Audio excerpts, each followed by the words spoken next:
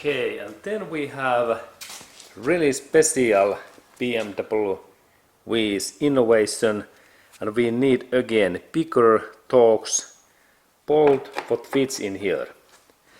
And this is like some German engineers like Müller's innovation, that we need plastic bolt in here and then that size of Torx bolt.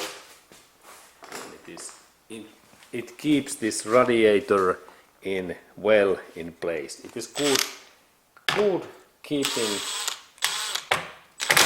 And there is two of these plastic screws, and of course when this is German car, in that area there is different size of bolt.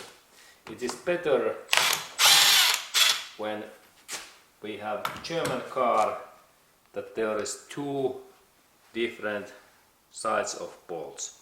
In Toyota cars there is only one size, but when we have German car they have to be unique things, and then this car is even better.